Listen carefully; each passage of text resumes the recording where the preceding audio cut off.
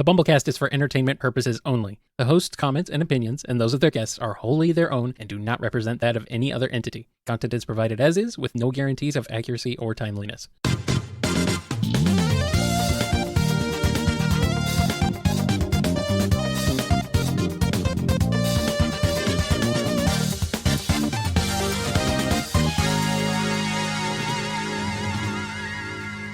Welcome to the BumbleKast. I'm your host, Ian Flynn, the Bumble King, and joining me as always is my Bumble co-host, Kyle, JCRB Krause. Hello, we're here. It's time to do this thing that we are supposed to be doing, Ian. Yeah, that's my bad. That's my B. Well, it's just, let's not lay all the blame on you, but I mean, sure, if you want to take it all, okay. Look, as folks, if you've been listening, you know I've been dealing with some health issues and, lots of work. So I thought I just needed to treat myself a little bit, have a little bit of fun.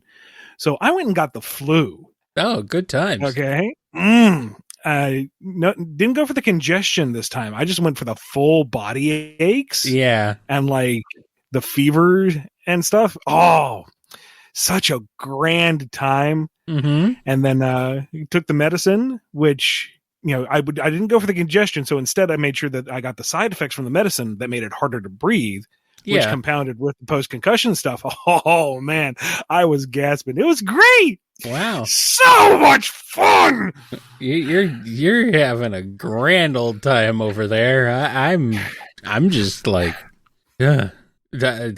wow. I'm just here and you're just like getting all the fun stuff, and I'm just like, whoop.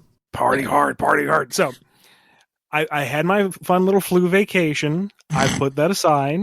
I'm mostly over concussion, I think. So far, so good. Good.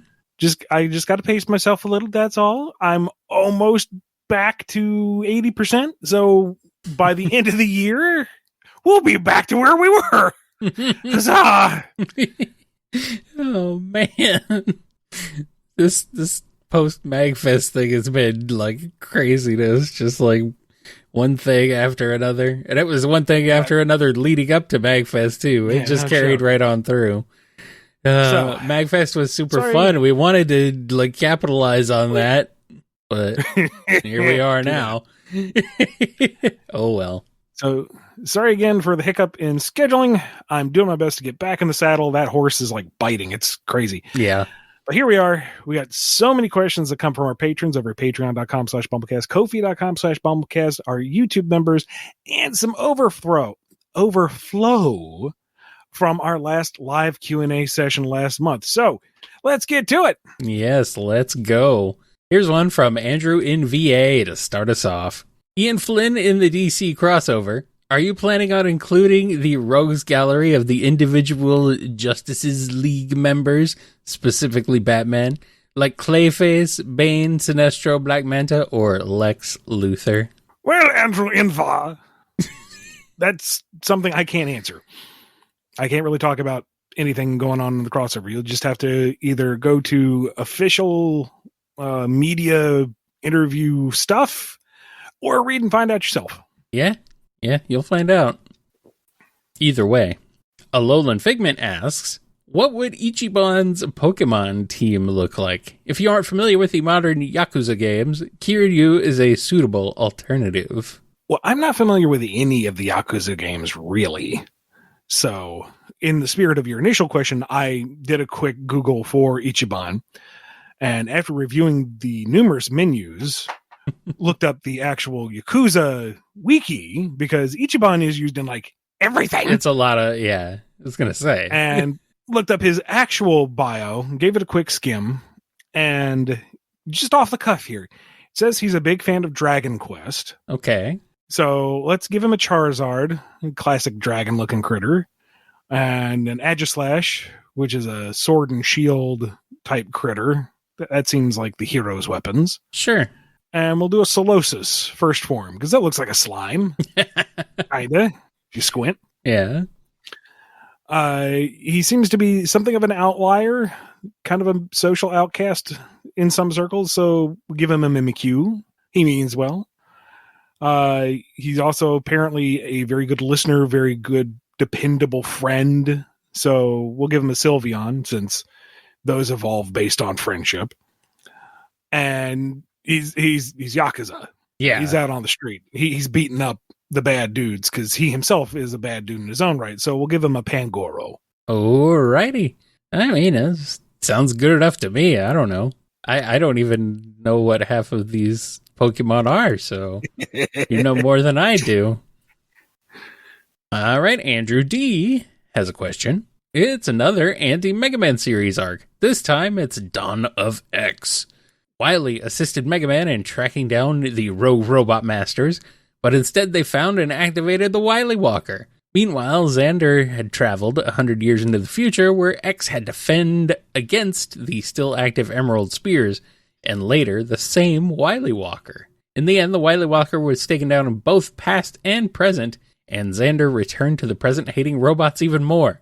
How would this all play out? All right. So, in the present, they find the Wily Walker, which we'll say it was actually Dr. Light's weapons platform. And then when he got caught, he shifted the blame to Wily, and that's why Wily has been ostracized within the community. Let's see, here I was thinking Wily just, like, it was literally just Wily's walker, like, you know. he needed something to get around in his older age, so, you know, there you go. But no, go ahead. Mega Man, and who else was there? It was Bright Man. Was Pharaoh Man there? It's been a while. I can't remember. Honestly, it has the been a robot long masters present Yeah. are going to try to reactivate it and get it out of mothballs.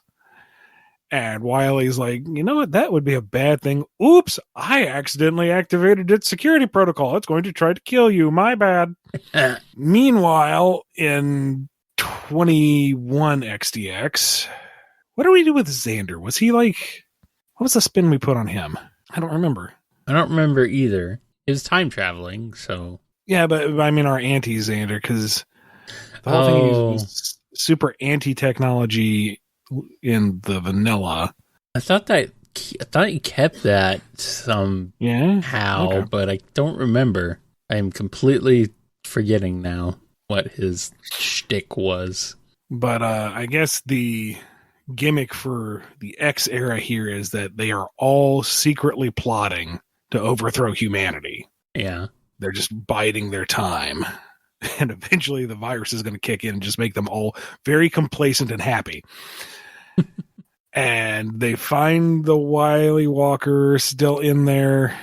And I mean, the whole point of that crossover, man, the mental gymnastics to get that to work was to have a crossover to promote the X idea, but they couldn't actually cross over because Classic and X don't meet. Honestly, not my favorite arc of Mega Man for variety of reasons, but that's not what Andrew asked about. Is there anything really different? It activates, it's still mad, and X and Zero shoot it dead. Vile's there too, because why not? Yeah. I don't know. I guess. I mean, I guess the variation on this one is that Vile is actually very conservative with his ammo and worried about civilian casualties, while X and Zero are like, oh no, it's going to step on that highway. And then Sigma comes in and just takes it out like a boss. And he's like, guys, we have to keep an appearance until Day of Sigma. Yeah. Do your part. Mm-hmm. Alrighty. Let's move on to this one here from Buttered Noodles. You're given a magic stack of envelopes. These 5 envelopes are able to be sent to any point in the past to yourself. However, each envelope has to contain letters. They cannot have the same message. When in time do you send each envelope to yourself, and what are the messages? Lay everything out in the first one, saying, this is from you in the future. Mm-hmm. Here's the stocks to invest in. Here's the exceedingly stupid stuff you're going to do and not really learn from, so don't do them to begin with. Nothing's lost here. Here's the exercise regimen that you need to start now. do it. And here's all the cool ideas that you should have had like 20 years before so you could actually get a jump on it. And then it will contain a cipher for the next one. And the next one is the exact same info, just in code. So it's not the same. Ha ha! Loophole! Ah, got him. And I don't know, send it to me. When would I be receptive to this? I don't know, maybe every 5 years, starting at 10. Seeing if I can get my folks to listen to begin with. And if they don't, well, here it is again. And I crack the code because I have the cipher.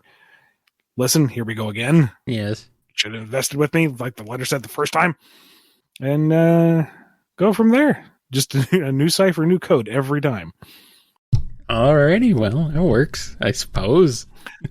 Or, depending on how this time shenanigan's going to work and how causality will affect things, perhaps I will send the initial envelope, wait to see how my present changes because of the past. Yeah, you probably should figure that out. And then update the letter saying, okay, listen here, you idiot. I spelled it out last time. This is what you need to do. And then the third time, it's like, what more convincing do you need? Okay, here's a photo of me in the future. Here's the cyborgs, all right? Just fix things. And then the fourth one, what did you do? It's not cyborgs anymore, it's aliens. Yeah. And then the fifth one is just, I send it back to the first one. It says, okay, dear young me, disregard the first letter. We're going to screw this up. Stop it. Stop it. Put it down. Stop messing with it. You're butterfly affecting the whole thing. Just stop. Making this whole thing worse. Oh, well. Well, we have another scenario here. It's from C-Man. Uh-oh. Palpatine has executed Order 420, the immediate raid of the Bumble compound. You have 3 options to defend against Darth Vader and the Imperial Army. Option A, evacuate the compound and lose everything. B, open the rabid cell block, which might work, but will leave the compound stained and littered with rabid blood and body parts for a long time. Or C, get a large bucket of sand and hope Vader rethinks his life. I'm getting Jack Sparrow vibes. I got a job to I got a job to Yep. I mean, option A makes the most sense. I mean, what are we going to do? We can't fight a stormtrooper. They may not be able to hit the broadside of a barn, but we can't really fight back. So they might as well have like the stained coffee mug, and they might just walk by going, they live like this. Never mind. There's nothing we can do to them that'll hurt more than just leaving them alone. I don't know, man. You're going to abandon all of us? Come on. You're coming with me. We're all getting out. Come on now. Okay. Well, I mean, Mally could take them. You're assuming that she would actually stay on target. Well, I mean, no, but eventually she'll get the right one. Be distracted by a passing cloud. I'm being asked in the chat, there's an exit?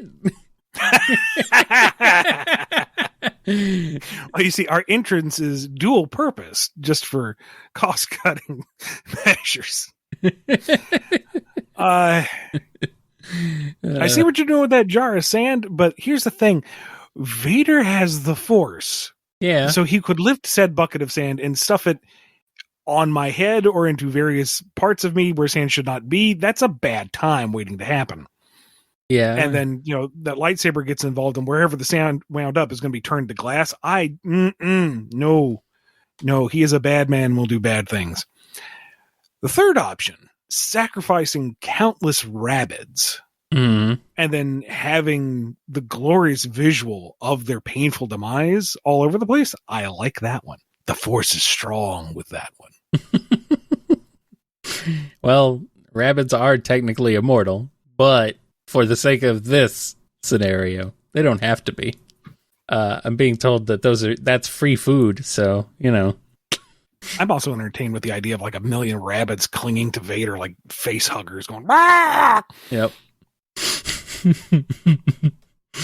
Oh boy. Terrible, but also funny. All right, KB is back with another question. Porky and Screwball Daffy get isekai'd into Metal Gear Revengeance. How do they fare in this game? And what would their inevitable fight against Senator Armstrong be like? Well, Daffy has to be Raiden. Of course. Yeah. And he's going absolute goofball on everybody. I mean, the same crazy sword skills and flippity-dippity stuff, but also going, using it as like a pogo stick, sneaking up and hooking a live grenade on somebody's belt and sneaking away. And I mean, when he goes the full Jack the Ripper split persona, it's just him again with slightly more menace in his voice, but it's still goofy Daffy. Just play it straight the whole way through. As for Porky, well, it's quite obvious what his role in this game is. Mm-hmm. Machines, son. There you go. Okay. I was wondering. Also, just for the joke, we've got to have Jet stream Yosemite Sam. Oh no! Oh no! Oh no! Oh no!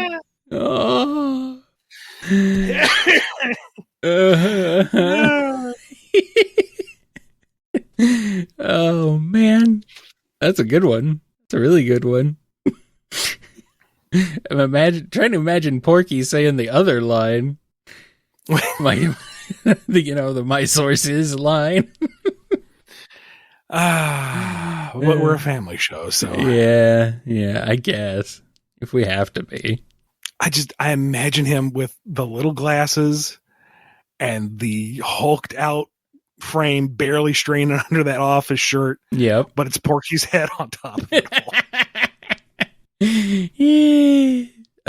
Yes. Good stuff. All right, Comic Hedgehog, you have a question now that we will answer. You mentioned on a previous BumbleKast that you can offer professional feedback as one of your services. What kind of writing can you give feedback on?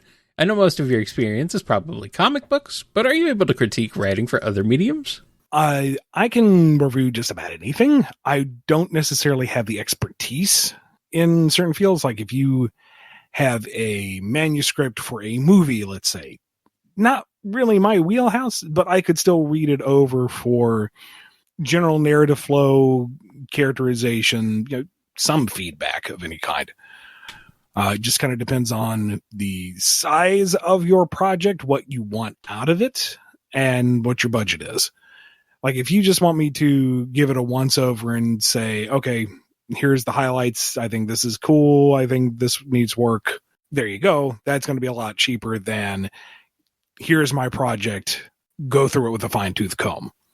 Because I will get down, in the guts of the thing and give a full assessment. But that takes more time and more attention and will run up the bill a lot faster. I actually have a follow-up to this in the chat. How about a stage play? Oh, goodness. Well, I did enough theater in high school that I wouldn't be completely ignorant.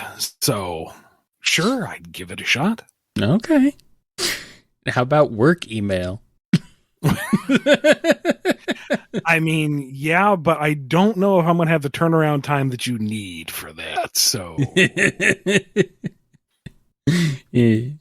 All right, next question. It's from Corvell. I recently super got into Mega Man through the X series, and there's one very pressing question that's been bugging me these past few weeks.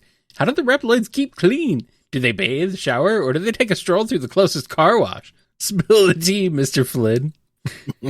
I do like the idea of them having, a long line of, a platform they just stand on and go through, and it's like a bunch of, it's like a car wash, like a bunch of brushes spraying on them. Yeah, that's more fun, honestly. It's like the one at the gas station. It's just instead of lining up a bunch of cars, it's a bunch of Reploids just looking at their phones, checking the holonet. Oh my God. Does this guy go for the full body massage? What in the world? Just don't wait for the fan to finish. Just go. All right. You'll dry off walking home. It does raise an interesting question, though. They are an extremely complex machine. Cleaning that in all those little delicate electronic parts is probably dicey business. Maybe they've got some kind of Bacta tank thing that is electronics safe and dissolves all other organic particulates or something. They probably figured out stuff in 21XX. I don't see why they wouldn't be able Either to that or the be submerged. Well, I mean, like X goes underwater multiple times. I mean, yeah, all right. So he's that would fine. assume that he's watertight. Yeah. And now I'm imagining that the air can market goes through the roof. Oh man, I'm on a date. Duh. Yes. All right, next question. It's from Dawson the Dachshund. A runaway trolley can only be directed toward 2 tracks. A track with a magic dog that can restore the BumbleKast to pre-2025, no rules, strings attached, or a track with a magic cat that can guarantee Drogoon is a smashing success. Which pet and dream do you murder? Sorry, Rover. Yep. But BumbleKast is staying the way it is. And while I do understand the disappointment for some folks, and it has shrunk the scope of our means a little bit, there's a certain peace of mind that has come with it that you can't really put a price tag on. Mm-hmm. So I'm a cat person to begin with. Nothing against dogs, but I'm chomping at the bit to get Drogoon moving. So yeah, any divine inspiration there, sure. Yeah. And hey, success with Drogoon means more questions for the BumbleKast. So this is true. It's win-win. Except for the dog. It works out. All right. We got a bit of a long one. Buckle in as Double L continues on our longest text adventure of our lives. To recap, Ian and I are both in a room sharing one body. There are 2 doors, a bed, and a window. The nurse outside the window has returned with a bald man. The mouse is protecting the mouse hole under the bed, but seems less afraid. And you have 5 dust bunnies in your inventory. Our previous actions were Ian offers mouse all the things, and my previous action was look at self. So to resolve these, offer mouse all the things. Understanding your current position and lack of resources, you offer the mouse any spoils you find as you figure out your next moves. You will, after all, gladly pay the mouse Tuesday for a bit of help today. The mouse replies, all I care about is the safety of my family. If you can get us out of this place safer than a hole in the wall in a secure lab, and you ain't gonna eat me, then sure, I can help. You need a translator? A guide? The name's Deli, by the way, and I can understand those humans since I played that game with the blind kid whose dad was a world-ending whale. And to resolve look at self, realizing that your shared body seems to have a few extra features, you look down. You're in a muscular scaled body with sharp claws and an alligator-like jaw. You think you might be green, but given these eyes aren't the ones you're used to, you can't be sure. You're wearing beige dress pants so as not to have your podcast change age ratings. The pants have been torn below the knee by your powerful quads.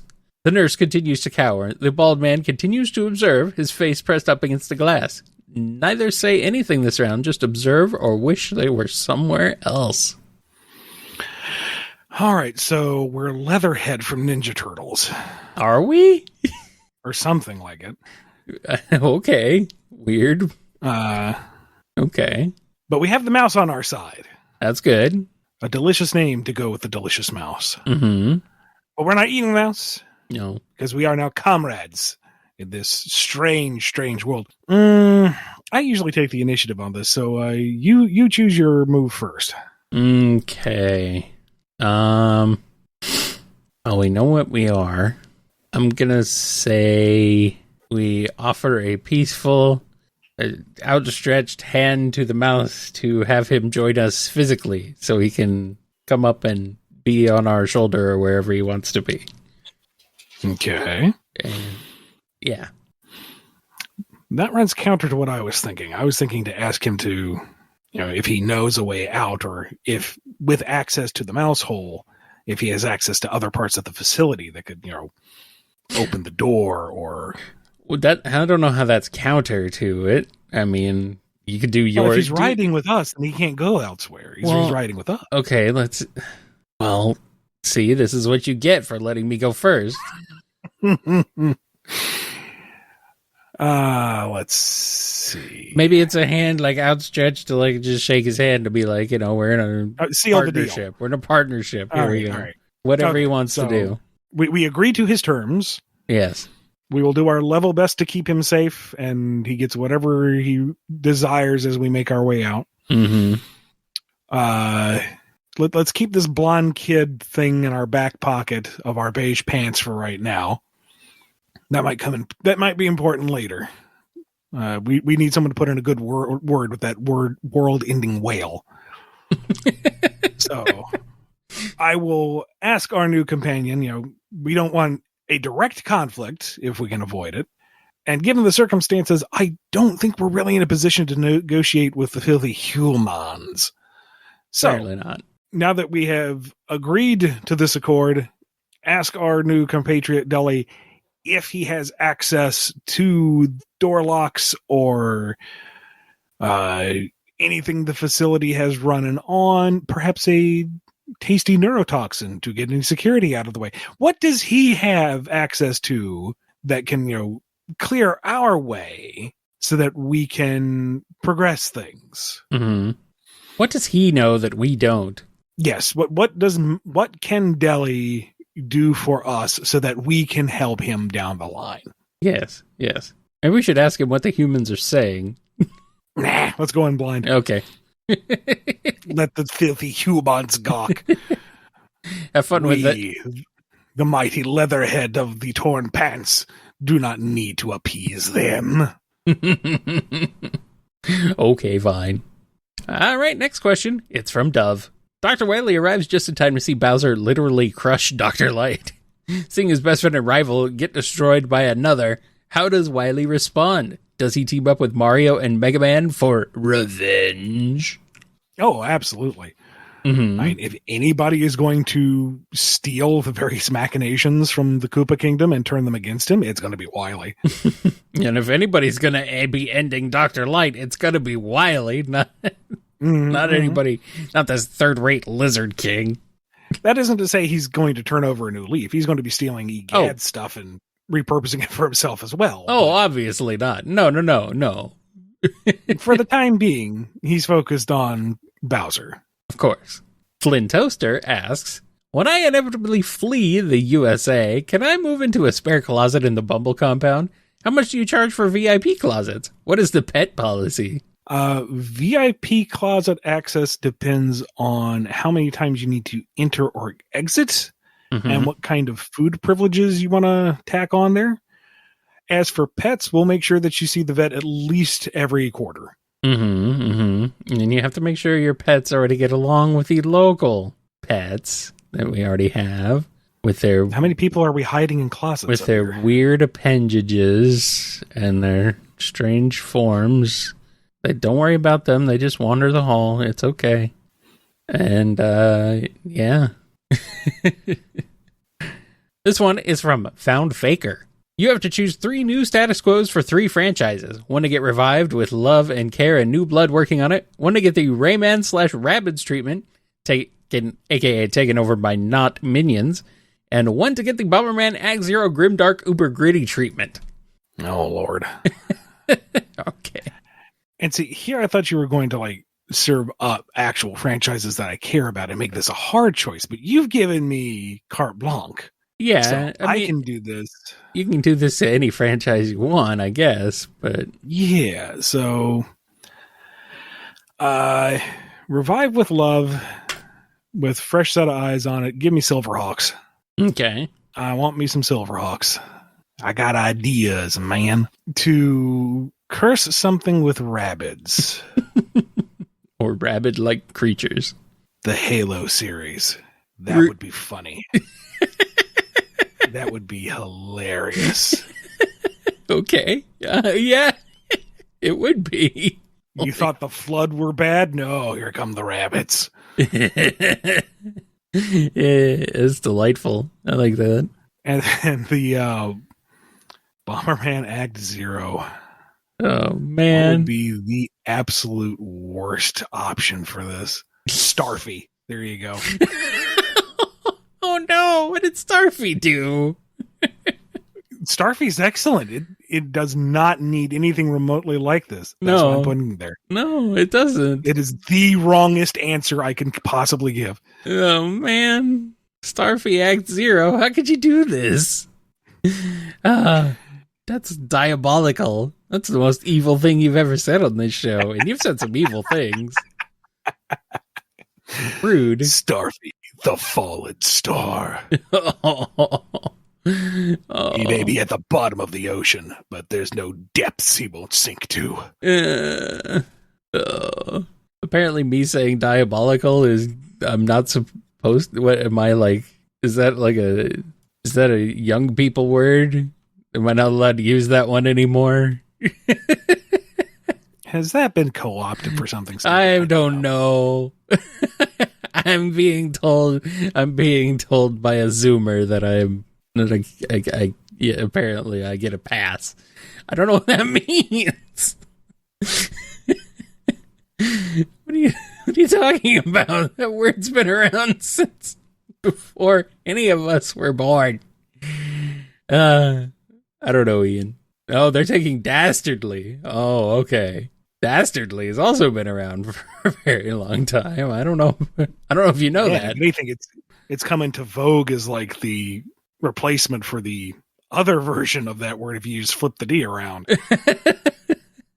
It's like, oh, this word isn't really recognized as objectionable. We'll just toss it in instead, even though you don't necessarily use it in the same way. So dastardly? Dastardlies?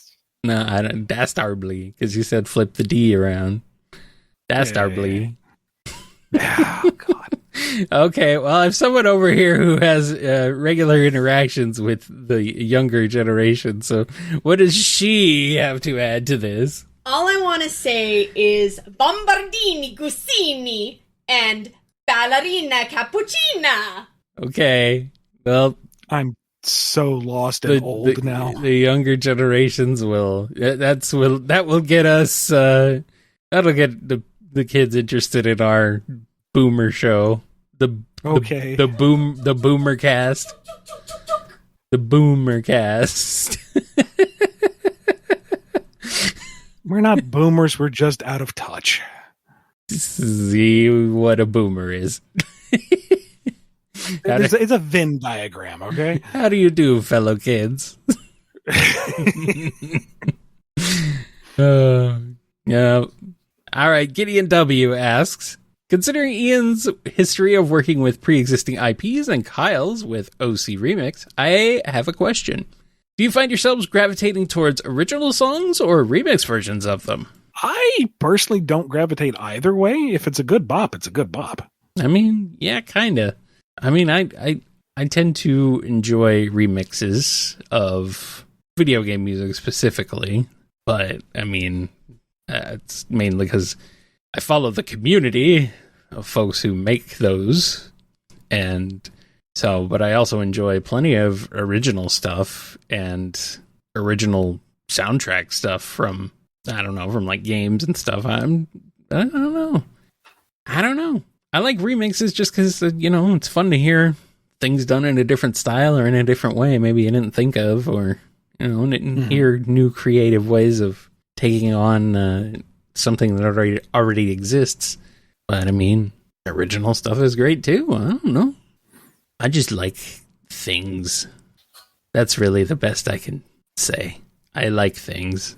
Put that on a quote. Put that on my tombstone. My pizza.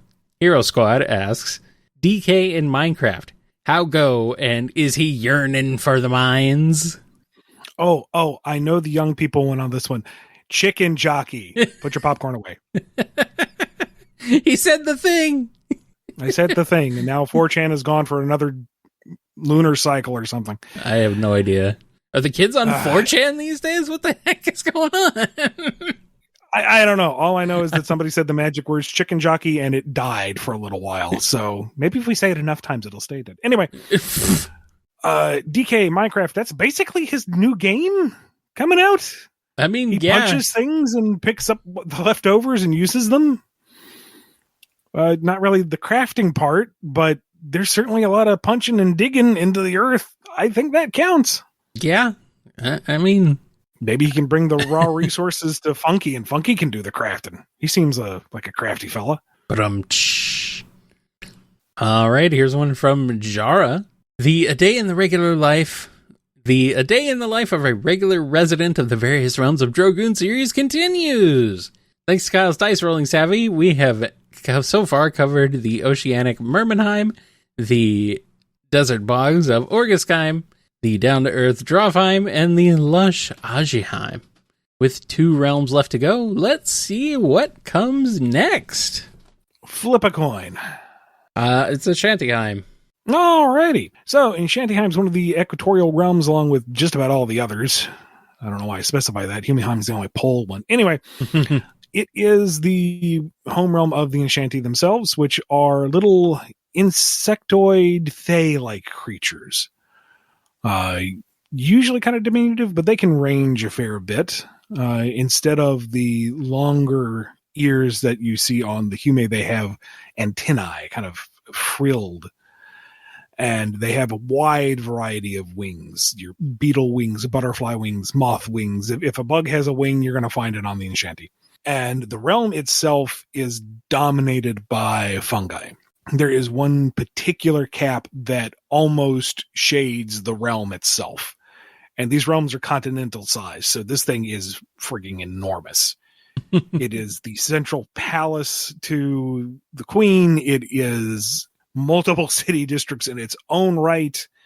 The various things growing from the cap's gills can be inhabited because they are so massive. It's bioluminescent, so it never really gets dark at nighttime. It is just a spectacular sight to behold. And its other caps pretty much dominate the rest of the landscape, which is ethereal and beautiful and kind of eerie in a way. And the ground itself is very soft and loamy because it is so much, just it's anchors for fungal roots in every direction. And there's a whole catacomb beneath it all where folks don't usually venture because there's dark things down there where the light doesn't reach. But we're not talking about that. We're talking about regular citizens. And the life for most Enchanti is very structured. You can be raised by parents if they feel like it, or they put you into the state adoption and you're just raised by the state because that's what they do. You are raised, you are tested, you are found where your skills seem to lie, and that's where you are trained and educated and prepared for in life. And if it's not quite fitting in the right circumstances, you get moved over to another program. And if not, well, there are problems with every society. But ideally, you grow up in an environment that caters to what interests you and what your particular strengths are. So you enter the adult world with a direction in life, with a job pretty much set up for you. You're already trained and experienced in the way, so you just fit into your role for the greater society. And you're just happy to contribute because you're part of the hive. You're part of the whole. You're part of the one grand sweeping song that is Enchanti kind. And what could possibly go wrong there? Can't imagine. I mean, there's room for individuality, sure. But, you know, as long as you stick to your lane, there is a place and a reason for everyone. Why would you want to deviate that and weaken the whole? Also, hope you're good looking because that's going to greatly affect your social standing within your own personal sphere of influence. Superficial assessment is extremely high. And one of the reasons why Queen Titania is so powerful within her rank is she's freaking gorgeous by Enchanti standards. Not quite Droff level, but really what is. But she is somewhat controversial in the number of, in that she employs so many that are not considered the apex. You could go for so much more better looking and thus presumably better Enchanti to serve you. And maybe they're not in the most prominent roles, but they're still contributing to society. And she seems to be really savvy about balancing the whole let people who can do the job, but also the people who thrive on nepotism thrive. She's an extremely cagey individual. And when you're up against something like the Forever King, who is extremely in your business in terms of international law, there could be some friction there. Perhaps some long-term plot points in mind. But for your average enchanty citizen, life's kind of a cakewalk. You're provided for. You have a pretty clear direction in life. They like to party.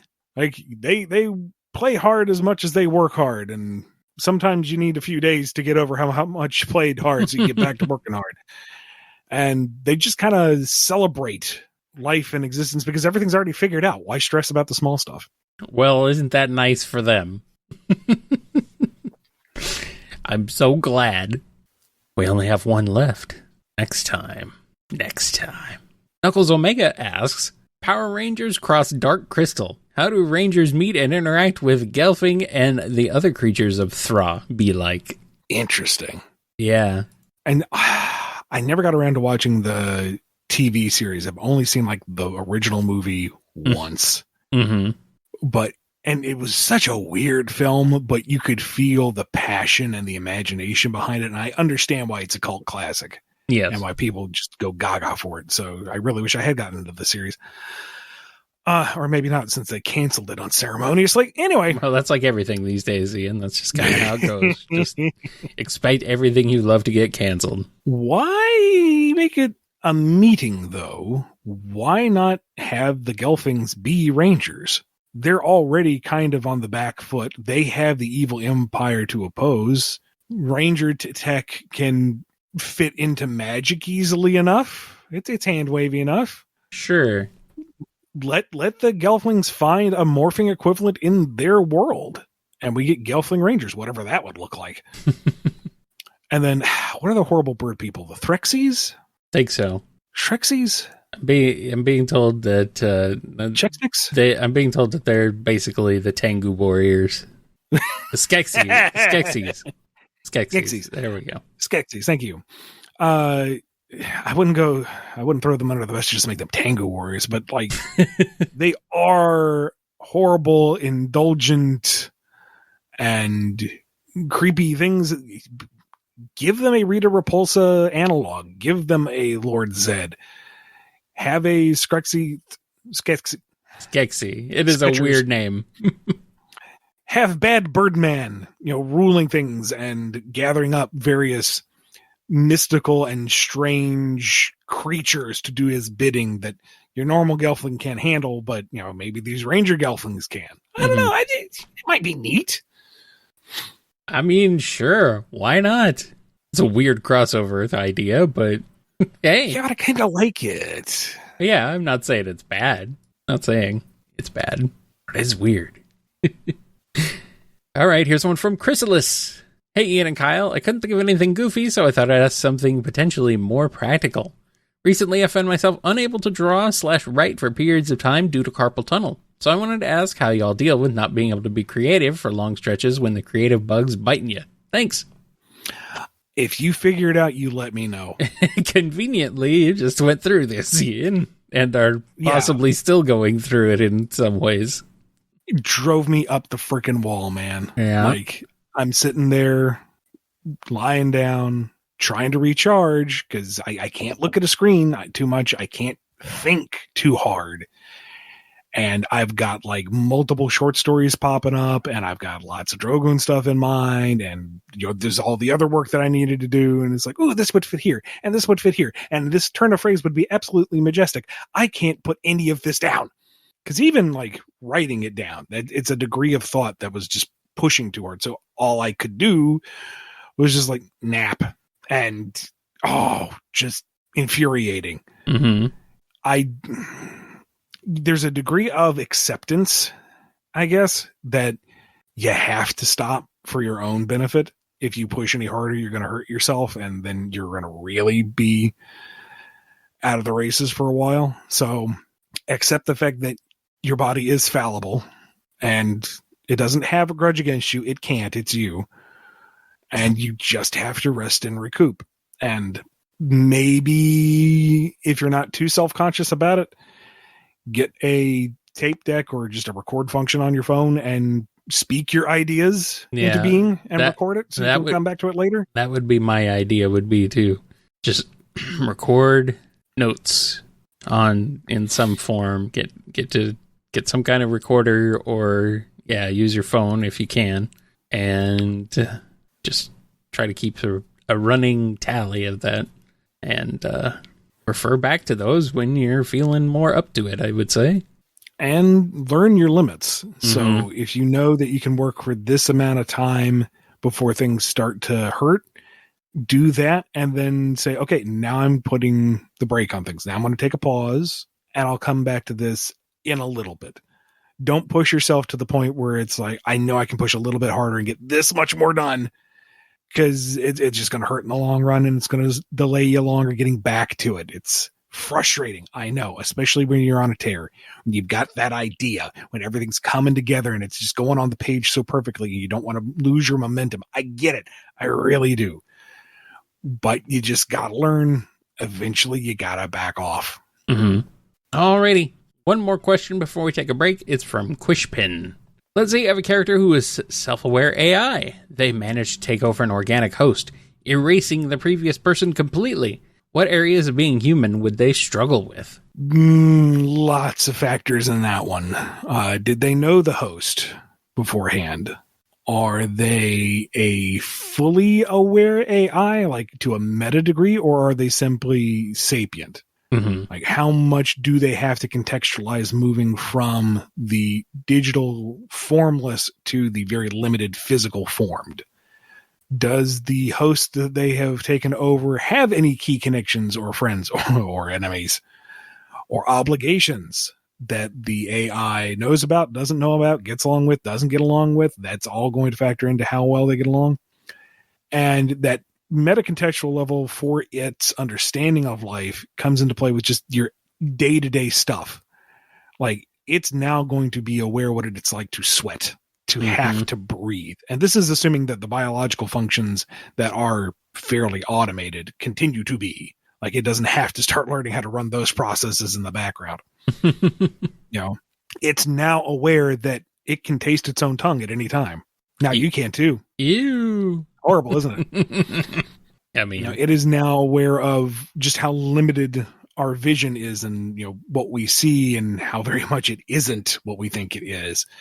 The fact that you can feel something 24/7, even though some of that goes into the subconscious when you're not particularly paying to it. All the little things, hunger, the sensation of eating and swallowing and digesting, that might be repulsive if you really think about it. Try not to. It ruins everything.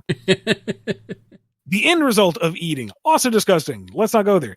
There's a lot of gross things about being biological that it may not understand or thought it understood, and now it's experiencing it. Or may not even occur to it. Maybe that's what it has to accept, is that there's a lot of biological functions that are not automated, and it has to figure out how that works and how to even recognize that these things need to be done. So it depends. You could go a lot of directions with that scenario. Man, now I'm just struggling to be human.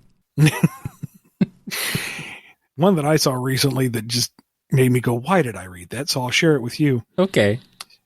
Look around the room, at your desk or like a bedpost or the rug or something. And just think about what the texture and taste of that would be if you would decide to lick it.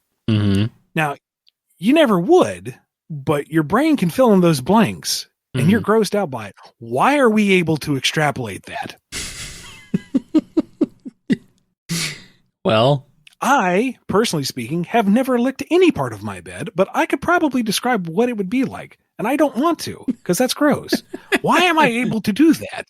I don't think that's a creative process. I think every one of you listening right now who are actually indulging in this mental exercise, aside from cursing my name, are going, why are we doing this? It's weird. We are weird creatures, Kyle. Very weird. I don't know. Maybe it's like all I can think of is that it would be like maybe an evolutionary thing where it's like we can look at something look at something and try and taste it and be like, nope, can't eat that. So it's like, well, now we remember trying to do that or something subconscious. I don't know. Or maybe it's from being a toddler and going around and putting your mouth on everything. It's like, well, remember that. Don't want to do that again.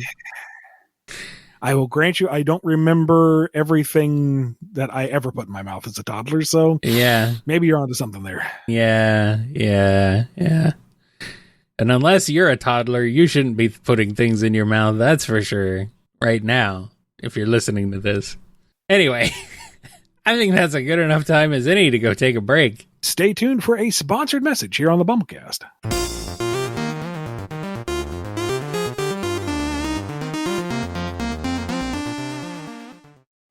Double L has a book out and hates long ad reads. Go read Masters of the System, Jennie Sisters, a sci-fi take on the 90s console war. It's at llbryant.ca/books. Link in the description.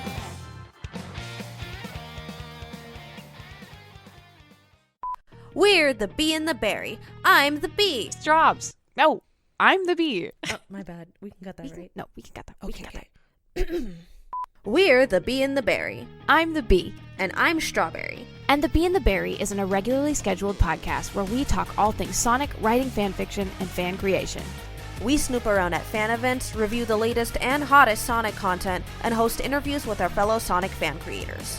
You know, just girly things. And hey, if you want, you can totally send us any discussion topics or questions you'd like us to talk about, and we might answer them.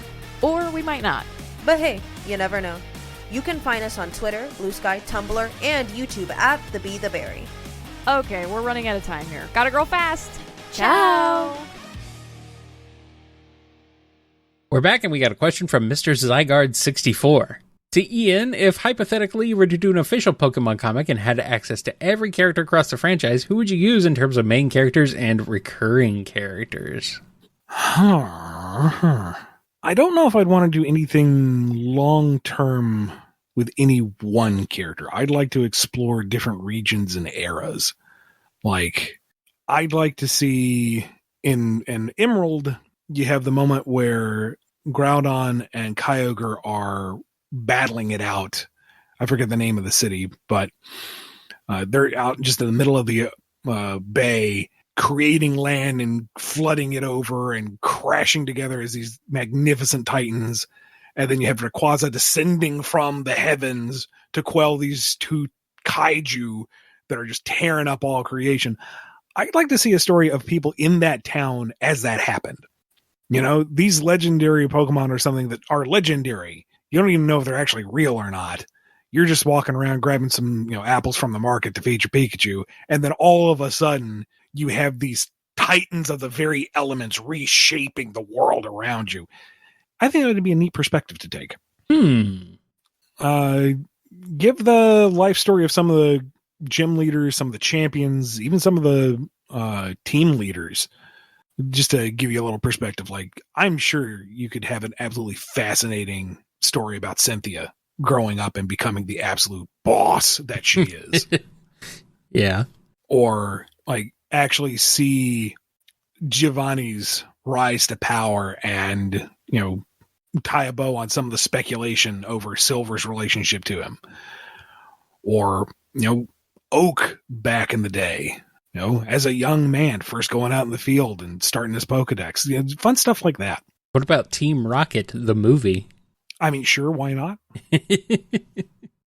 Finally, they get what they deserve. They get their due. That'd be nice. All right, next question is from Nicole. In the land of Cantadel, you used your sneak skills, a D12, to lockpick the entry gate and ever so gently cross the bridge beyond. Beyond the bridge, you stand upon a balcony that overlooks a courtyard. A ruby skull on a marble column is on the ground below you, guarded by two trolls with axes. A window into another cave wall is 20 feet from you, but connected by a laundry line holding black cloaks. A flagpole with a scarlet flag rises from the courtyard, just a risky jump away from you. I want that flag. What are you? I know we're here for the skull, but I want that flag. What are you, Mario? that flag needs a new home, and that's home is my back pocket. That home is your endless bag of holding. Yes. Yes. Plus, it's going to look super cool when I use that flag as a parachute to swoop down and grab that skull. Nobody's going to see it because I'm just going to be that deft and awesome. But first, I have to get to that flagpole. So, yes. Since I was deft enough to get across that sketchy bridge, I think I can make that risky jump. That seems reasonable for someone of my skill. Reasonable. And plus, the guards are just looking for anybody stupid enough to go for the skull. They're not looking at the flag. Who would go for the flag? What idiot would try to steal the flag? This idiot. So the laundry line, that's a trap. That is asking for trouble. The line's going to snap, or I try to go along the cloaks and the clothespins snap and I follow there. No. Trap, obvious trap, not doing that. And my goblinese is probably not good enough to bluff my way to said skull. They're on the job. They're on high alert. I don't want to make this harder for them. As it is, they're just doing their job. So we're going to jump for that flagpole to secure that red flag, because I must have that flag. Would you say that it looks like you're going to have to jump? Yes, Kyle, I would. Yes, that seems reasonable. I'm going to hang it from my gaze bow. Nicky Rabot has a question. X-Era Zero swaps places with Bass and vice versa during their debuts, i.e. Zero is now in Mega Man 7 and Bass is in Mega Man X1. How does this play out? How do each of them react to their predicament? And does Bass make it to X2? Well, Zero's going to show up as things are getting dicey, and he's legit going to help Mega Man. He's not a plant. He shows up right when Bass should have, and Wily's like, wait, didn't I have him in the pod? I didn't finish him. What is he doing here? Oh, no. And Zero's just looking down at Rock going, a tiny X. That's cute. And everything's really bright and colorful. Oh, bad robots. Hey, kid, you need a hand? And they just absolutely destroy Wily's plans. I was going to say, Mega Man doesn't even need to do anything. Zero just would curb stomp everyone and everything. By the end of it, it goes back to hang out at Light Labs. Like, this is the past. It's matching up for what little I know. Can't get back. So, what up, everybody? Cool if I hang out here for a while? Gonna hang out. Yeah. Wily's just absolutely losing and saying, I can't fight this man. He's like, you built him. Meanwhile, Bass shows up on the highway and it's very confused. Yeah. Why is everybody swerving around him? What is going on? Did that robot just take a pot shot at him? Oh, hell no. And he's still supposed to be pretty darn powerful. Like, Basinium is supposed to be... It's supposed to pack a punch. Bass is supposed to be quite... Yeah. And X at the start of the game is a D rank hunter. He's not particularly powerful. And his buster isn't supposed to be anything more than, I think, standard issue. Yeah. So I would imagine Bass would be just fine for most of it. Once Vile shows up in the riot armor, that's going to be a problem. Because there's no Zero to save him. Yeah, that's true.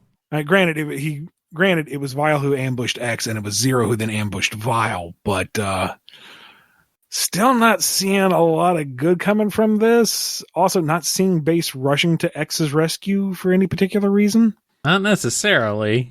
So I guess Bass just kind of makes his way through the city, shooting stuff that gets in his way, trying to figure out where Wily is and what the heck went wrong with the plan, and then kind of endures.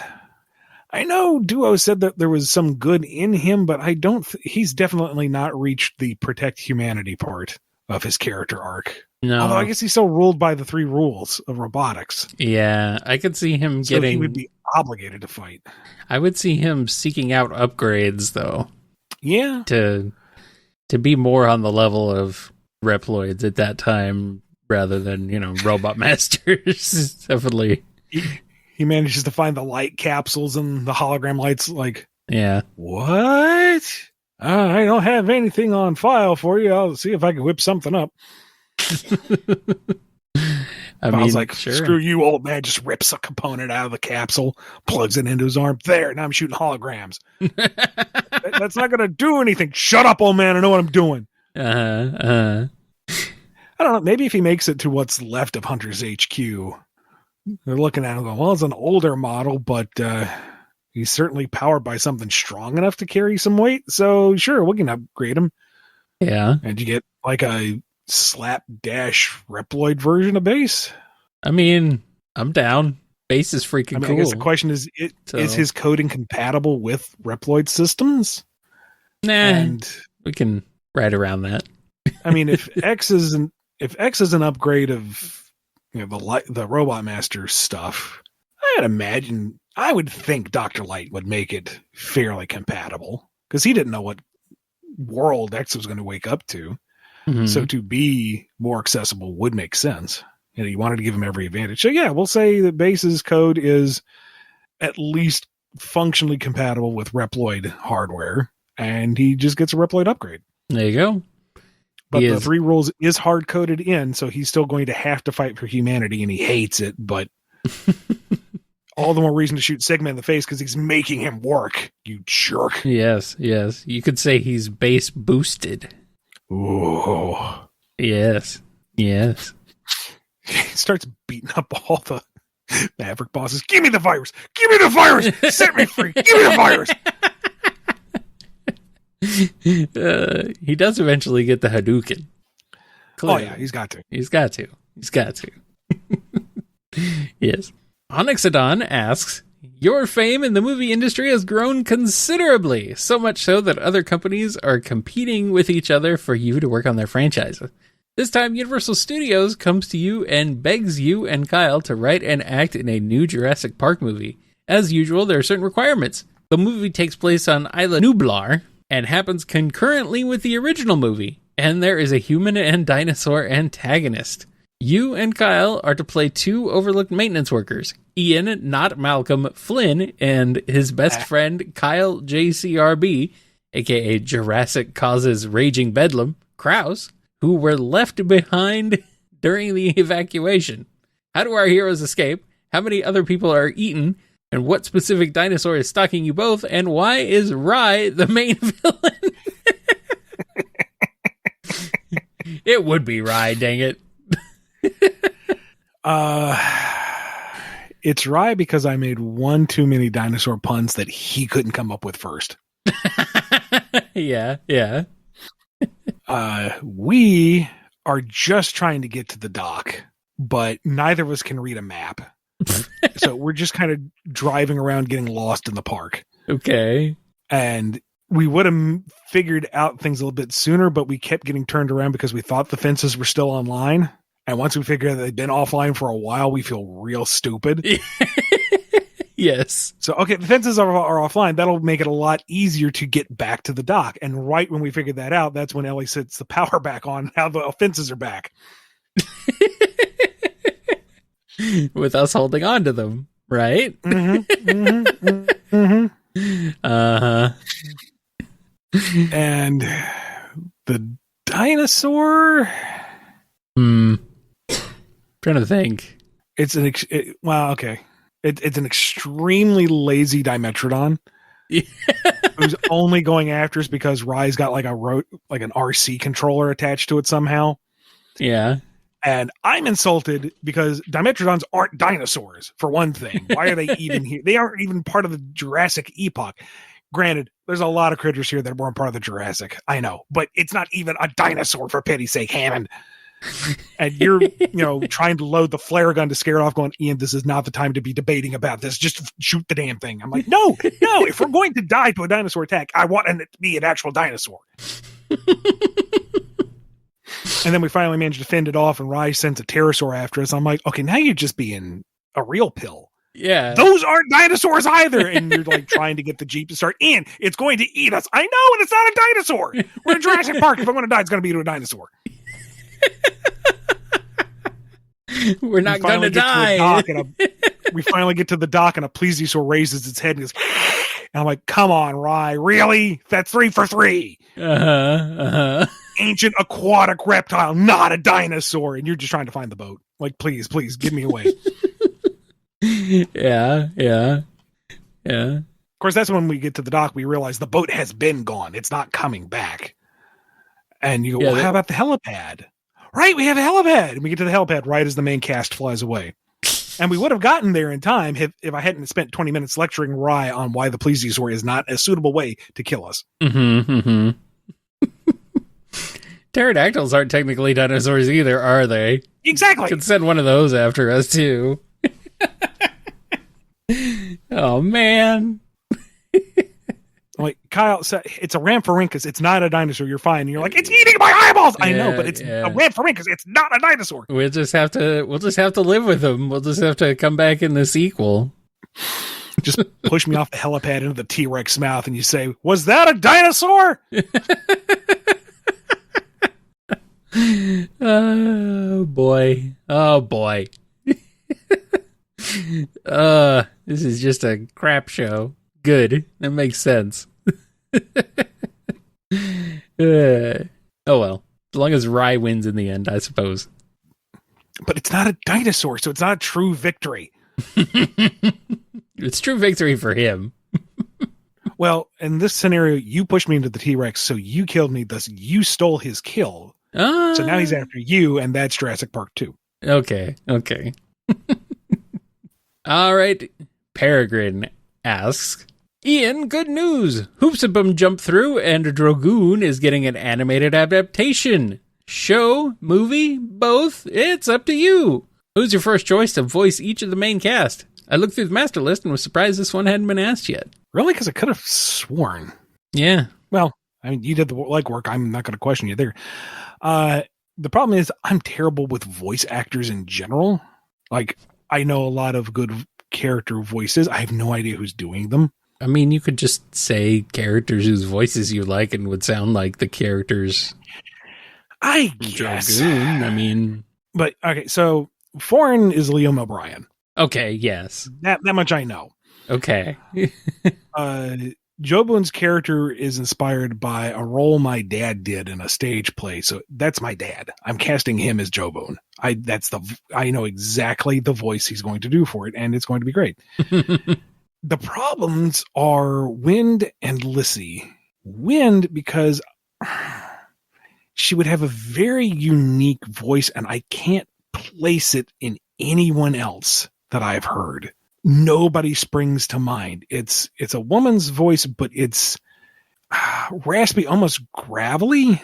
You need to have a kind of low-stated high energy, if that makes any sense. Like there's an intensity there. Mm-hmm. And I can't think of any, because most voice actresses are directed to having appealing women's voices. That's how a lot of these characters are written and portrayed. Wind is not meant to be attractive in the slightest bit. She's a very scrappy, like, junkyard dog type of character. She's not a pretty person. And the voice kind of reflects that. And I can't think of anyone who has a voice that would match that. And for Lissy, I have yet to hear a child-styled voice that I'm 100% happy with. There are some that are better than others, but they're always either very clearly a adult going for the child voice, or they're a child actor who's maybe doing the best they can, but they don't have the nuance and the range yet. And that's me being very, very picky. Well, so if you have any ideas, put it in the comments below. What about, I can't remember name of the show or the character's name, but Good. So this is not very useful. I guess I can describe what the character looks like. It's a schoolgirl outfit.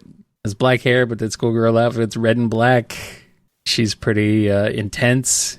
I can't remember her name, and I can't remember the show's name. I haven't actually seen it, but what about her voice for Wind? Is it Kill La Kill? Okay. I haven't heard her English voice actor, so I'm not sure. Well, I know her voice is very... Raspy? Raspy, yes. Intense? Yes.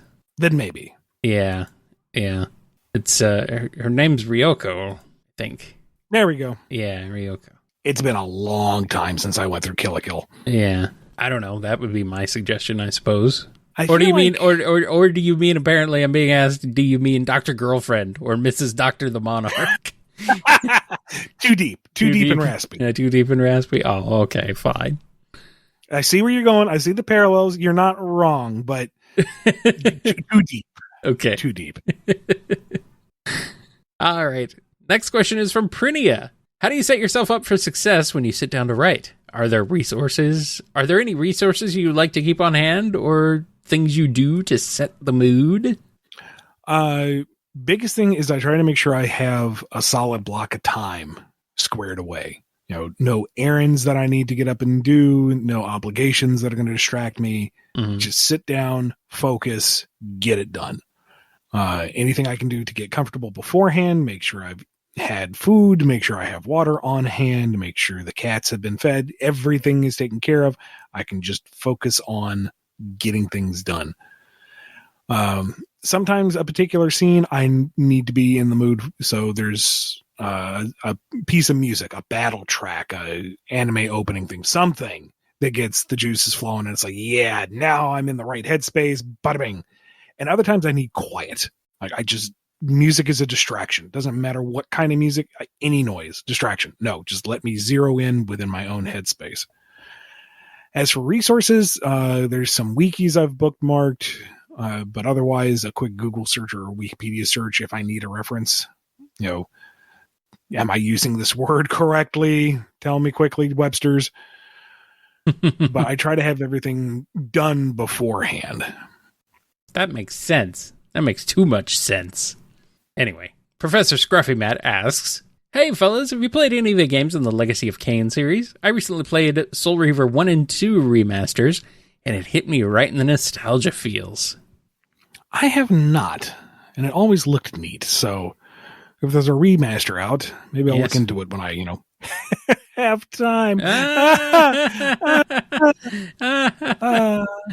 remember playing through a bit of the first one with, I believe my stepbrothers rented it way back in the day. It's a pretty cool game, pretty fun. But otherwise, I don't remember too much about them. I know they're highly celebrated and well respected, but other than that, like the first one, I kind of remember vaguely, but did not have not even seen the second one, so who knows? Maybe I'll also pick up the remaster and give them a shot someday. Someday. Question from Rabbit Haver. As a comic writer, are there ever times where the limitations inherent to the medium, page limits, deadlines, etc., make it harder for you to tell the story you want?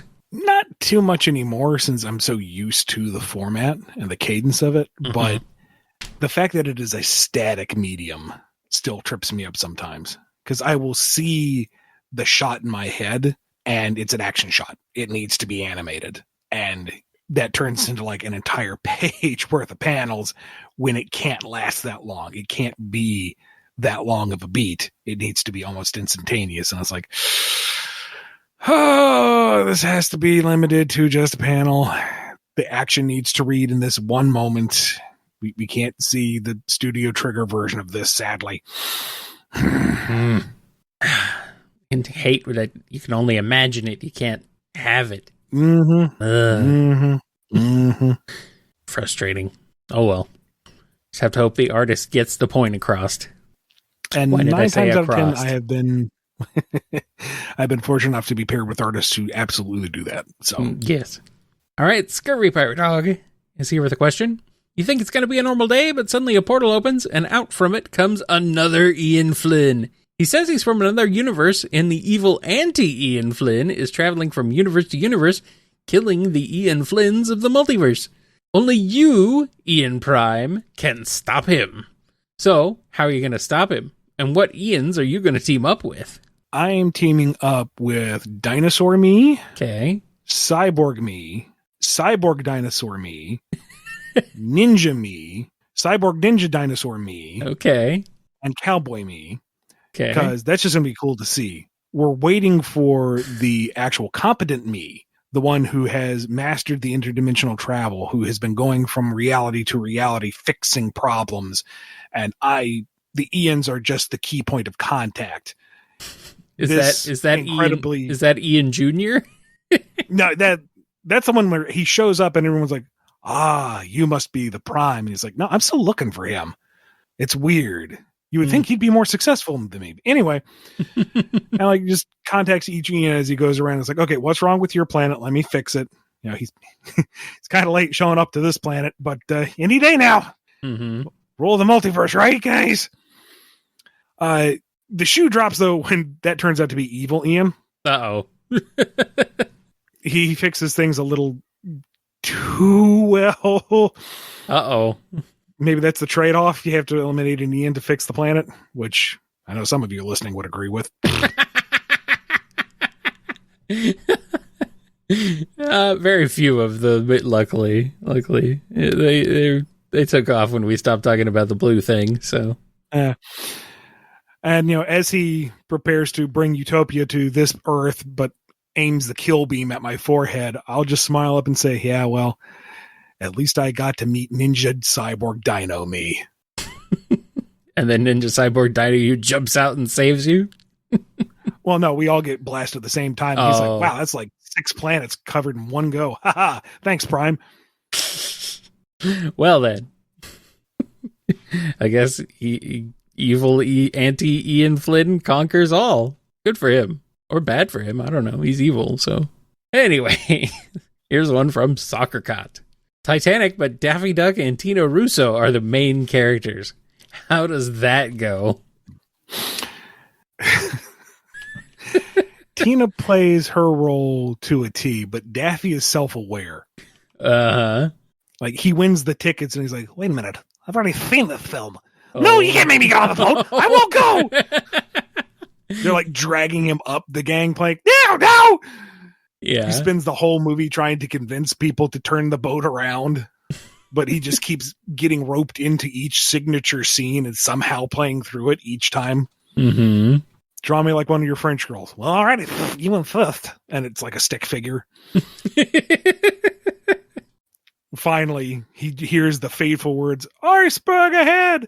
And he just tears across the ship, leaping over people, jumping through portholes, comes up, knocks the captain aside, spins the wheel as hard as he can. Whoo! And spins it directly into the iceberg. Yes, of course. That's the most important part. And so as the boat's sinking and it's tearing apart and it's all bedlam, he's just like, oh, well, better make most of it, and starts playing pranks on people as they're falling into the water. Finally, Tina's, on the door, and he's like, this water's freezing, let me up there. Except she's like, no, not enough for him to slap in his hand. Stop it, you're going to get us both done. Quit it. It's like, well, I guess that's that then. And he just floats on the water like a duck. I was going to say, he's a duck. Why does he? Hopefully he doesn't drown. I mean, that'd be a little weird for a duck. Oh, that's the other angle to it. We're going to go with like greedy Daffy. So he's trying to steal that blue pendant necklace thing. Yeah. That's it. He realizes she dropped it and it sunk to the bottom with the rest of the Titanic. So he goes diving after it. And when the submersible finds it, it's just him frozen in ice, clutching it. No. They finally bring it back to the surface and thaw him out. And he's like, no, it's mine. Dives right back into the water.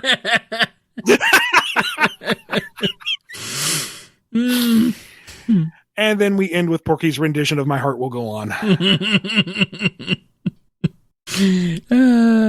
Well, there you go.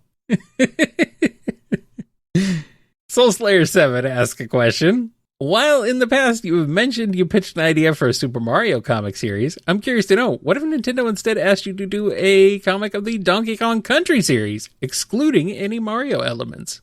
That's doable. Yeah. The safest approach would be just an adaptation of the first few country games and expand upon it a little bit. Like the first game, not a lot of meat on those bones, but that's an introductory story arc. That's easy enough. 2 gives you a little more intrigue with DK's kidnapping, play with Diddy and Dixie's dynamic. Yep. Third game gives you all the bears and the regions and stuff. You can really get into lore there if you want. Mm-hmm. and on to 64 and Returns and Tropical Freeze. Adapt all the other Kong games, weird as they are. Maybe get into why Donkey Kong is beating up all these people in Jungle Beat. If that was ever explained. Keep it lighthearted, keep it action oriented, and keep it fast paced. But yeah, it'd be a fun little action comedy romp. That would be great. Make some references to the cartoon, because you gotta have some references to the cartoon. If Nintendo would allow it, and from what I've heard, they probably wouldn't. Yeah, well, I mean, sneak them in anyway and see if they get caught. And if they don't get caught, then there you go. Speedweed asks, Ravenbeak's kind of become a bit of a fixation for me, given his presence in Samus's past, if that makes sense. That, plus the coincidental similarities with Motherbrain's plan of weaponizing Metroids, I wanted to hear what you'd want to explore with Ravenbeak in the past. I think not necessarily Ravenbeak so much as what he represented in Chozo culture. Mm-hmm. Like, granted, it's been a bit since I've done my Metroid lore deep dive, but my recollection is that the galaxy saw the Chozo as these wise and benevolent mystics, very mysterious, and Razorbeak was not. So how does that dynamic work out? I mean, there's the greater question of what happened to the Chozo overall, but was he an anomaly within their sphere of influence? Was he a side of a whole faction? Because it seemed like he had some followers. Those fighter jets were not going to be piloted just by him alone. Fighter jets in a loose term, I know they're space planes. You know what I mean? Spaceships, fighters, space planes, pew pew, zap zap, fly fly. And if you have these at least two different components of the Chozo, like your Gray Voice and your Razorbeards, were there other factions, other worldviews, where there's some militantly opposed to Razorbeak and they hated the fact that they had to be militant to begin with? Did we have Shaolin Monk Chozo? But what are take the core idea that is Razorbeak and what he means to the preconceived notions of the Chozo and spin out from there. Alrighty. Next question from Spoiler1001. Do you think that a story forcing a character to confront their sins and secrets can be considered a character versus the narrative kind of conflict, or is it more of a character versus themselves? I'm more inclined to say character versus themselves, since it is their sins and secrets. Mm-hmm. I'm not sure how you would make a character versus narrative without it becoming kind of self-aware that the character is trying to avoid the plot. Yeah. That is revealing these things. It's a little meta. Which is certainly doable and certainly entertaining enough. Yeah. You will learn a lesson. No, I won't. But I feel like that's more of a character versus themselves sort of thing. Yes. Character actively avoids character development. That'd be weird. Sounds difficult. All right. Question from Switchel. Working on IPs you're a fan of has to be awesome, but going from fan to employee has to affect your personal fandom in some way, right? What are some of the challenges to your appreciation of an IP that come with going from a fan to creator? And what challenges are there when your time with that IP ends? I guess to a degree, when you see how the sausage gets made, it's easier to understand why things aren't quite how you want them necessarily as a fan, or why things haven't been addressed or resolved or followed up on or touched upon. Business is very complicated.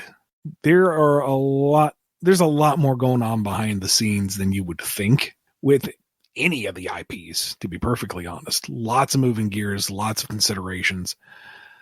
And that's given me more appreciation and patience with stuff that I enjoy when it seems to take a misstep or go in a direction that I'm not personally fond of. I don't think, oh, the writers are idiots. There's probably at least 3 or 4 committees involved somewhere. Yeah, especially for big projects within big companies, yeah. And, with comics, that is such a comparatively straightforward and small scale production.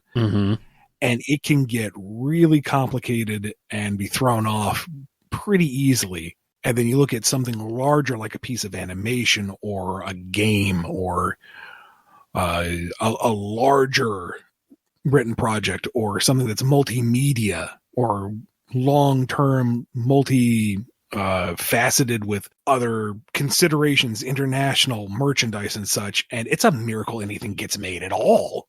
So that isn't to say I give everything a free pass. You know, like, oh, it's hard, so it's okay that this didn't come out right. There are missteps. There are ways that things could have been done better. But I find myself to be, again, more appreciative and patient of stuff as it comes out. But it also means, to a degree, I can see the code. Like, it's really hard for me to just pick up a comic and read it for fun because I see the construction of it. There have been panels and dialogue balloons where I'm like, well, that's an editorial edit. That's something that the writer didn't intend. That's, something that was not what the writer initially intended, or the artist is not syncing up or something or other. I can't just read it as something for fun. I deconstruct it. I see it as, okay, how did this work? I get under the hood. And that's kind of tiresome. It's been a while since I've been able to just sit down and read something and just enjoy it. Yeah. Yeah, when you start to understand how something's made through personal experience or through just learning about it, it's definitely a lot harder to just enjoy something as it is. It's a bit of a blessing and a curse, both. It's like, it's cool that you get to see what, how things are made, but then you see how they're made and it's like, oh no, I see what happened here. Kind of sucks. Once I'm not even in the room anymore, I'm not part of the process and it goes on. Mm-hmm. I haven't experienced that a lot. Like, we got Mega Man 11 or 12. What was the latest one? 11. Okay. Yeah, I wasn't involved with that at all. There was the Powered Up. No, what was the CG cartoon? It was not Powered Up. No, that's the PSP remakes. Yes. Fully Charged? Fully Charged. Yeah, there we go. That's it. Yeah.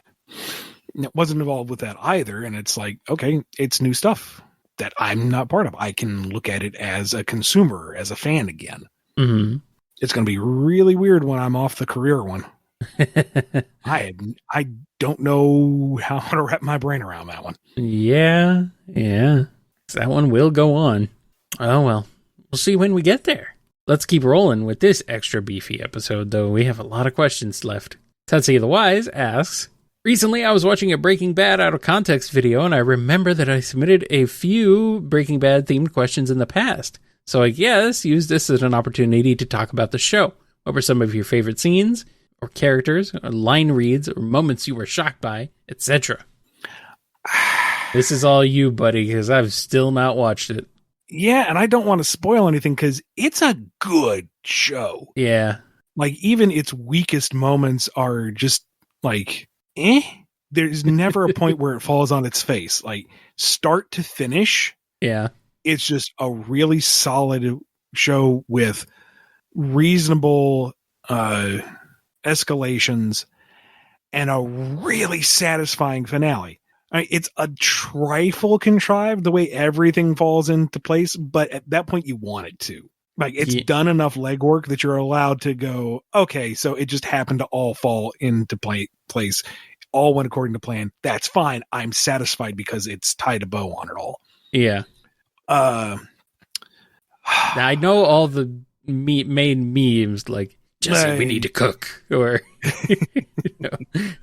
or Walter falling on in the middle of the desert on this, laying down on the side on his head, like falling on his head. Every scene with Gus is just so wonderfully intimidating. Mm-hmm.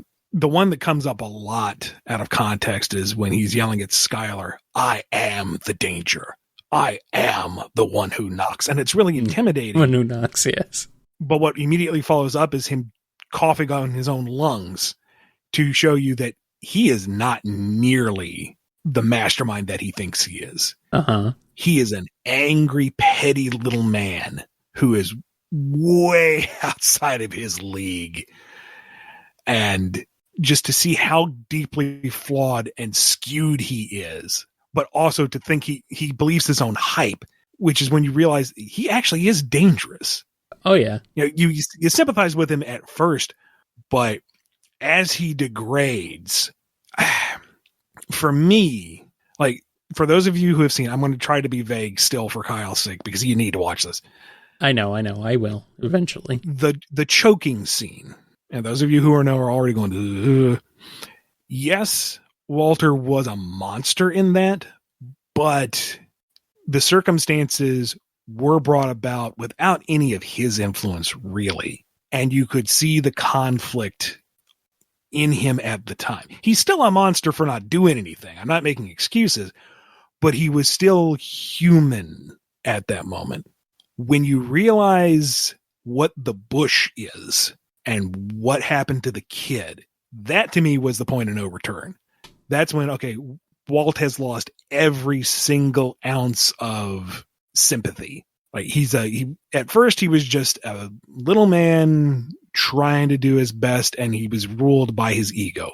But by that point, evil. Mm-hmm. No excuse. And yeah, the ending was so satisfying, but he definitely got everything he earned. Pretty much any scene Jesse's in, the high points and the low points, good Lord, did that man sell every moment he was in.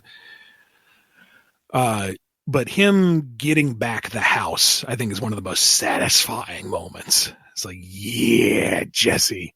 And I will never forget in the finale with him in the car, that laugh, that's haunting. It's so cathartic. Shoot, man. Like, watch the show. Just watch. I haven't seen the movie follow-up yet, which is killing me. I need to get to that. But watch the show. Like, it is solid throughout.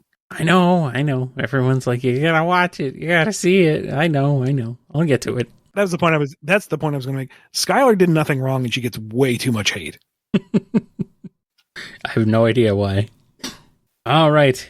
The Might of Geberra has one. Hello, Ian Flynn. What does self-contained story in the context of your statements mean? No specific franchise, but is it a world from normal continuities, but it's canon informed or canon applicable? Like anything done in there is something that can or could happen? I feel like you're trying to look for some kind of loophole to make an argument for yourself. And I'm sorry, I can't provide it. Self-contained story is self-evident. It's a story that's rules are applicable within itself. Just please read it and enjoy it for what it is. But Ian, I have to win this argument on the internet. I have to. And if you won't help me, jump into the mouth of the Tyrannosaurus. You don't have to push me.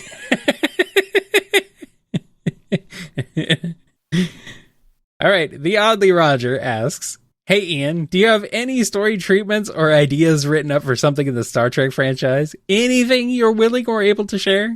No, but you did unlock a core memory from back in like the Next Generation days around the big Borg Locutus stuff. And I remember my dad had a few scripts he was trying to pitch. So I wrote up my own, and I was, 10 or something, on his electric typewriter, and like read it out to him because I was so proud of this brilliant piece of writing, which was like an action scene in its setup, I think, not even remotely a full episode. And he was very encouraging, and I was still extremely self-conscious about it. But no, I don't have anything Trek in the desk drawer. Not quite yet. I mean, if Paramount wants me to come up with something, they know how to get in touch. I'll figure something out. But not even Deep Space Nine related somewhere in there? I don't know. I'd have to go back and rewatch that. Yeah. But Deep Space Nine's kind of done. Well, yeah, but it's been done for decades now. But, you know. And I keep coming across, like, it'll pop up in like a Facebook feed or up on Instagram or something, a scene from the show. And I was like, wow, this is smartly written. I don't know if I can reach that level. I'll just do like another heist hijinks story with Quark and Odo. There you go. Quark, are you doing a crime? No, you can't prove anything. I will, you won't. I will, you won't. And he doesn't. All right, the Cyberspace Coco asks, let's say when you were writing the Megman comic, you're told to give Magnet Man his The Megas personality for some reason. Is Rock going to play protective brother like in the song? How does Iceman feel now that he has a romantic rival? Will Roll feel attraction to Magnet Man and give Iceman the cold shoulder? But Protective brother Rock, absolutely. yes. Jealous Iceman, you better believe it. That's going to be hilarious. Aw. Or Iceman comes running up to Roll. I know he's tall and like has a physique, but I have a face. Okay, and that's got to count for something. And he's also magnet. He's like, you know, because he's magnet. Yeah, he's magnetic. He has a very magnetic personality. But Roll is 8 years old. She just thinks everyone's being really nice, maybe a little odd. So no, she's not reciprocating or falling for any of this. Well then, take his hand and join him in Magnet Land. Twilord asks, so my narrative idea for my game at the moment is set in the ruins of what used to be the nation of Imahe. I intend to have bubble locations which are based on different popular game aesthetics like horror, fantasy, sci-fi, and dream world. I was going to go with fragmentariums, but apparently that word is taken. Without just handing me solutions, because I'm not paying you enough here for me to be comfortable taking direct ideas from you, do you have any suggestions for making deliberately generic settings not feel like boring takes? First question I have for you is, are these bubbles like their own domains, pocket dimensions, broken off from the main world? Or are they meant to be themed to those genres, but still functional within the greater world? Because that will have an impact on how they're represented. If they're popped off on their own little plane of existence, you can go heavier into the themes without worrying about cohesiveness. Or if they're meant to be part of the whole and they're just kind of themed in a particular direction, there needs to be a grounding element that is universal amongst them. Number two, I would recommend stepping back and looking at each of these themes, your horror, your sci-fi, blah, blah, blah, and ask yourself what it is about those themes, those tropes, those visuals that appeal to you. Why do they elicit that feeling of horror or wonder or inspiration? And why? What is it about those that achieve those effects, and what can you do to achieve those effects that aren't just what you've seen before?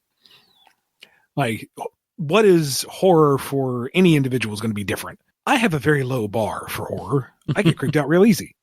But what I find really creepy and unsettling would be bland to somebody else, probably comical to others.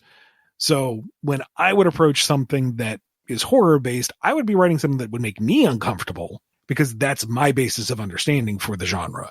You, for your project and whatever you were trying to achieve with this horror land or sci-fi land or sci-fi or fantasy land, need to look at it and go, what is it that creates that reaction in me, and how do I recreate it within the context of my story? Alrighty. Vineclad asks, got some good news today. Ketchup Entertainment has acquired the distribution rights to Coyote vs. Acme from Warner Brothers. Once thought to never see the light of day, the movie is now expected to hit theaters in 2026. Thoughts? It'd be nice to see it. I think that's great. I would like to see it after hearing good things about it and how much the people involved in it really want it to actually happen. I'm glad that it is coming out. Back to what I was saying earlier about how complicated things can be, especially when corporate gets involved.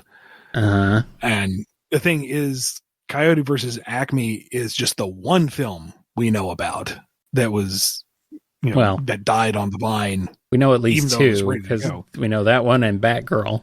Yeah, but the impression I've gotten is that there are multiple films. Yeah. That reach varying stages of completion and then just boop, they're gone. Yep. Because somebody changed their mind. So good for it to come out. Glad those who worked on it get to have it see the light of day. I hope it's worth the wait and all of the drama. I hope it's successful. I want to see it. That's a very funny concept of Wile E. Coyote taking Acme to court. I mean, he has a case. He definitely has a case. Here's one from Walter. Have you ever tried your pet's food out of curiosity? I can't be the only one, can I? Don't eat the pet food. No matter how delicious it smells. So I haven't done this since I was a kid. But I have done it. And it was like one chunk of dry dog food. And it's like not great. They don't put all the flavoring additives in the dog's food that they put in human food. It's a bit kind of bland and crunchy and not really any good. And it's the same with those, like, you know, dog biscuits and stuff. They don't have any flavoring in them. So it's like, well, if you like it really bland, then there you go. But so I do remember. But like when I was a kid, I am obviously not necessarily still eating dog food. Oh yeah. At least not specifically food marketed for dogs. Could be dog food, but I mean, whatever. I remember as a kid, we had some wet food for the cats that smelled really enticing. But I never went for it because I figured if I got sick, then I would have to explain to my mom why I was sick. And that was more terrifying than the idea of being sick. But years later in college, I got like a can of chicken just for a quick lunch and popped it up and I went, this smells extremely nostalgic. This is human food, right? I went down the right aisle of the grocery store. Yeah, all right. I don't know. Wet food smells kind of gross to me. I can't do that one. Some more than others. Yeah. Some smells like animal food, to be sure, but others. That's a very rich, savory gravy. The chat is talking about bacon strips smelling very good. It's like, well, I mean, you do you. Yeah. All right. On this unhinged episode, we've finally come to our last question. Wildcard717 asks, let's talk Dragoon crossover. How would the following Batmans interact with the Fortune's Lap crew? Keaton, Conroy, Clooney, current DC, and Adam West. Keaton would initially kind of be on Foran's wavelength, but then would actually pick a fight with Wind. You want to go nuts? Let's go nuts. That sounds about right. Conroy would give a lot of silent treatment and the bat glare and kind of keep to himself, but then when things go bad, he just kind of appears out of nowhere and saves the day. Also, Lissy becomes Robin. Good. Clooney gets left at the dock the next time that they make port. He is just too smarmy smug for any of them. Yeah. And you can't even tell the difference between Batman and Bruce Wayne Clooney. They're too similar. I mean, to be fair, he even said that he was just kind of sleepwalking through the role. He was just being a goof. Well, which is kind of the charm of it, to be honest. Kind of what most of the actors are doing in that movie. I don't know. Not super familiar with what the current characterization of Batman is in the comics, so hard to say there. But Adam West Batman? That seems like the one you could have the most fun with. Yeah. The thing is, we're going with like the blue Batman 60s characterization. Of course. So he's very self-serious with a lot of that dramatic pausing that they had at the time. And he's getting on everybody's nerves except he manages to pull through. Like, he figures out the trap that Galaxant has set up before it can be sprung and gets them out of trouble. He figures out where the smugglers have stashed their stuff so the crew can, like, filch it and get away with a big payday. He's a integral member of the crew, and they don't know how that happened. And also, Lissy is Robin. Of course. Well, that's kind of like, Adam West Batman. He's like, You think he's going to be a goofball because the series as a whole is kind of all goofy and silly, but I mean, he's like a hyper competent Batman. Like, he gets stuff done. At the end of the day, he absolutely does. He does. He really does. I mean, you saw how well he handled that bomb in the movie. Exactly. And if anyone is going to manage to steer a careening helicopter into the world's largest outdoor setup of foam rubber, it's going to be him. Yeah. Yeah, exactly. I think that's a good place to end this BumbleKast. And if Wynn gives him any lip, he just pulls out his anti-Drogon, his bat anti-Drogon spray. Because of course he would have that. Oh, and of course he already knows that she is a Drogoon. Oh, right? Of course, he's the world's greatest detective. He had that figured out the minute he stepped on board. Exactly. He wouldn't even know what a Drogoon is, but he'd already know she's one. Okay. Now we're done. Are we? Just roll credits there. I'm like, wait a minute. Big thank you to all the folks who support the show via patreon.com/BumbleKast, Ko-fi.com/BumbleKast, or by being a YouTube member. Be good to yourselves, be good to each other, and we will see you next bat time on the BumbleKast. See you later. What is this show meant for if not humor and entertainment? Yeah. We try to be funny. Doesn't work, but we try. Hey, some people actually laugh with us, not just at us. I don't know why. Going complete goofball on the... 1 second. Molly, get down! Speaking of Molly. And, I don't know. Go... Stay tuned for a message. Stay tuned for a word from our own sponsor for this episode. Yeah, okay. Own sponsor. What the hell does that even mean? Like that. Well, heck. That was easy. I like that ad copy. Yes. You've been listening to the BumbleKast, a co-production of Bumble King Comics and the KNGI Network. Original theme music composed by Ken Coda Snyder. Remixed intro by T-Lopes. Find out more information, along with podcast feeder links, MP3 downloads, and more at bumbleking.com and kngi.org.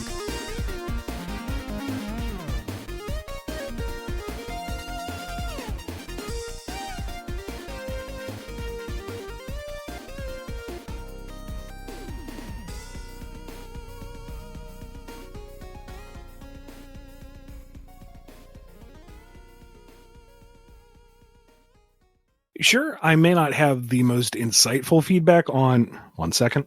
Stop it, for fuck's sake. Out. No, they're gone now. Chewing on the mic cords and everything. Jeez. Pick up in 3, 2... They were sleeping when I set up.